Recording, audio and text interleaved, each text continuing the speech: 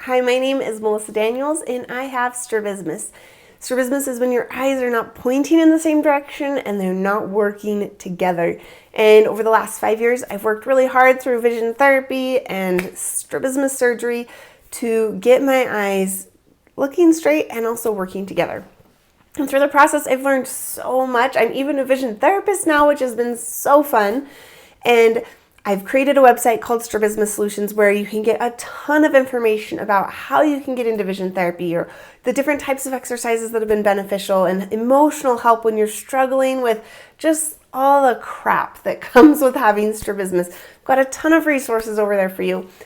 One of my favorite things that I offer though is consultations, and that is just where we meet over Zoom and we talk about you and what's going on with your eyes, with your brain, and what the best solutions are for you, what the best next steps are.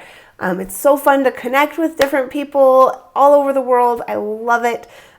And this video series that I'm doing right now basically comes from those calls and some of the questions that I keep getting. And one of the big things is, what are the main eye exercises that should definitely be done when you're in vision therapy?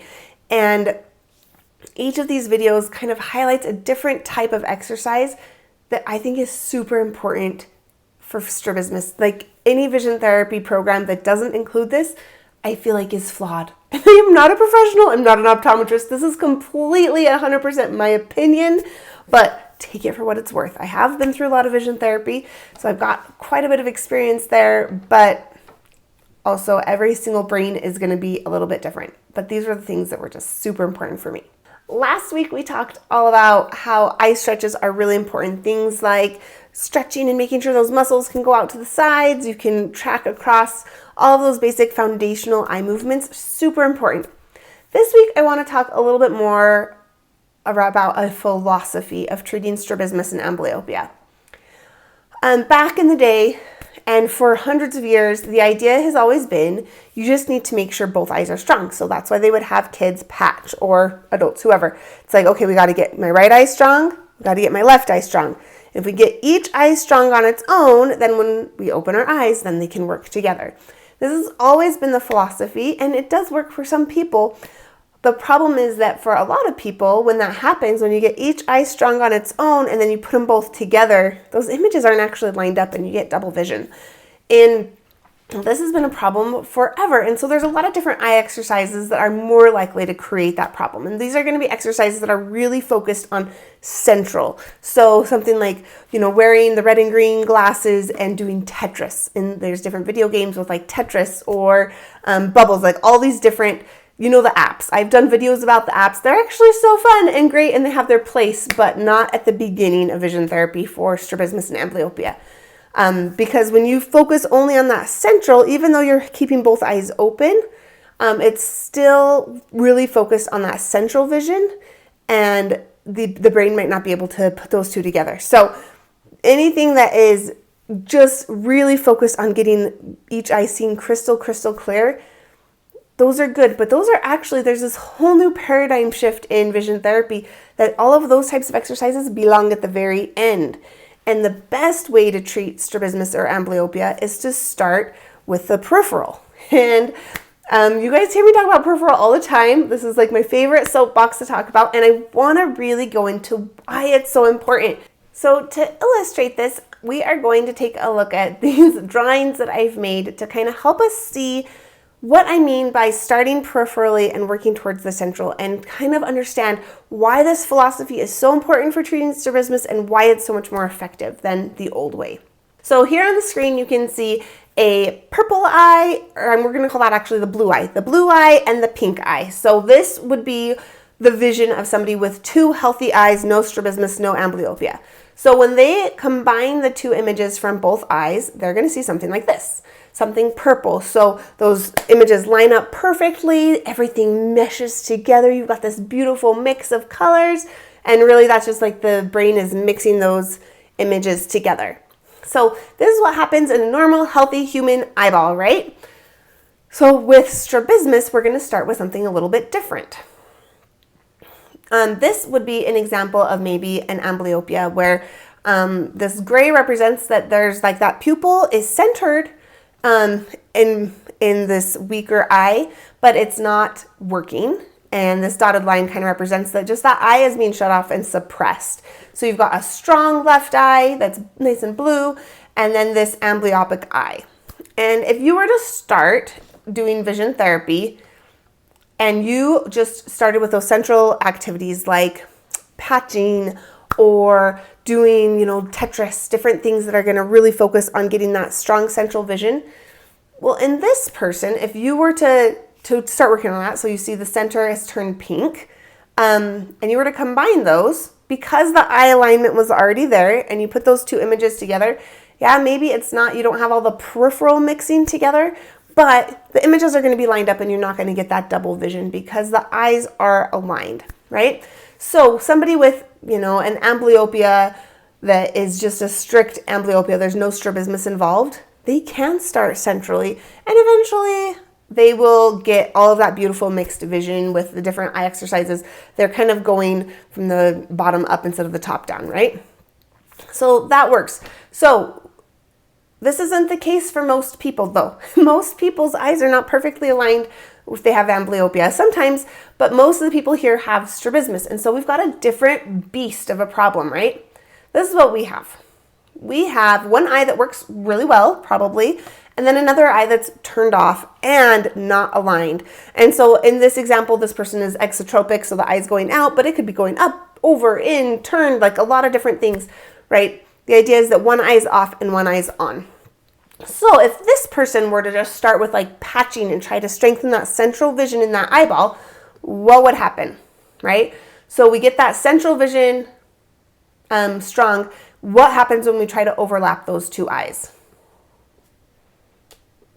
This isn't very ideal, is it? We've got the image. It's like, yeah, we've got both eyes turned on, but we are not getting a mixture at all, right? We're just getting double vision. This is really debilitating. And yes, people can do this and then eventually get it to align. And yes, it's not impossible, but there is a whole period of time where you are really lost in your world, and it's not as quick and it's not as effective to treat strabismus in this way.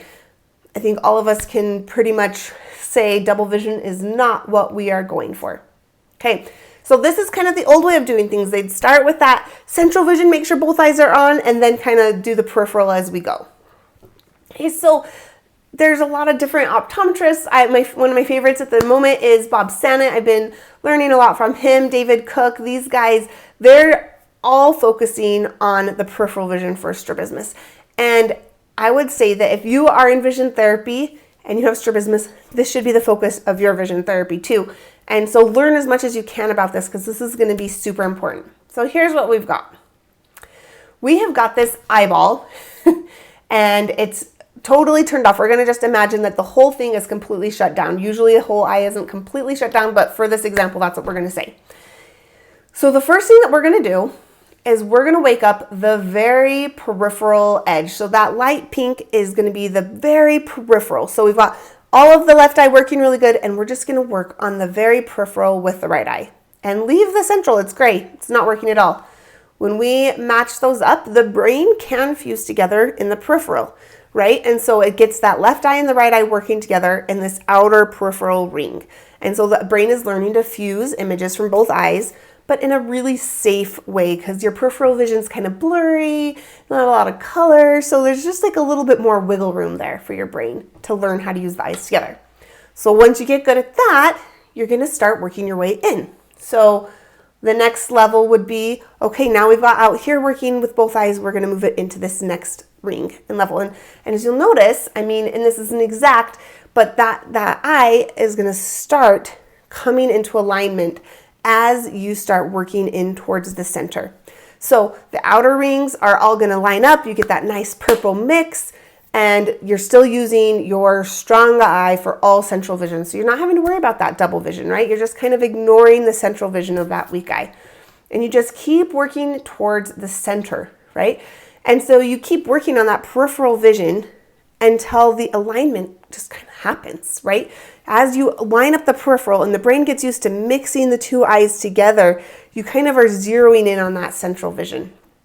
And so everything's lined up. you're still using your strong eye, right?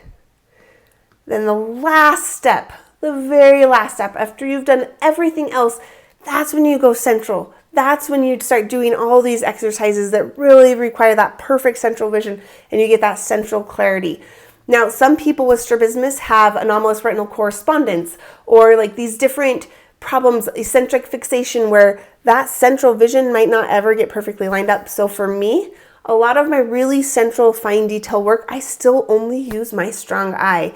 And I'm using both my eyes in the peripheral. And I've got it down to where I'm using both eyes almost everywhere. But that very central, I kind of shut down that eye still because I've got these like problems with my retina that the images don't line up perfectly. And so I kind of stay away from exercises that are super like I always go to the Tetris with the red and blue glasses because that one requires such perfect alignment. And one day I'll get to it, but it's just not important for me right now. I'm sharing all that with you because I try to explain this to people in so many different ways, and I decided we need a visual for this. And hopefully this helps, it makes sense for you to mesh in those details. I would hope that any vision therapy office that is working with people with strabismus and amblyopia is taking this approach where you're getting the eyes where they can work together peripherally and then slowly working in towards that central vision. This philosophy for working with strabismus, I know it's not a specific exercise. There's a lot of different exercises that are working on that peripheral fusion. You know, when they project the ring onto the wall, like that's working on that peripheral fusion. Or large targets, we're talking big stereo targets. Those are the kind of things that are going to build peripheral fusion. And this is so important in the treatment of strabismus. It makes such a huge difference and makes the whole process go so much more smoothly. So make sure that you understand that philosophy so that when your optometrist is starting you with all this peripheral work and you're like, no, I want to do Tetris, you can trust them and recognize that there is a reason they're doing it and it's going to be so much more efficient. So hopefully that helps. If you have any questions, be sure to put them down in the comments or you can reach out to me at learn.strabismussolutions.com and I will see you in the next video.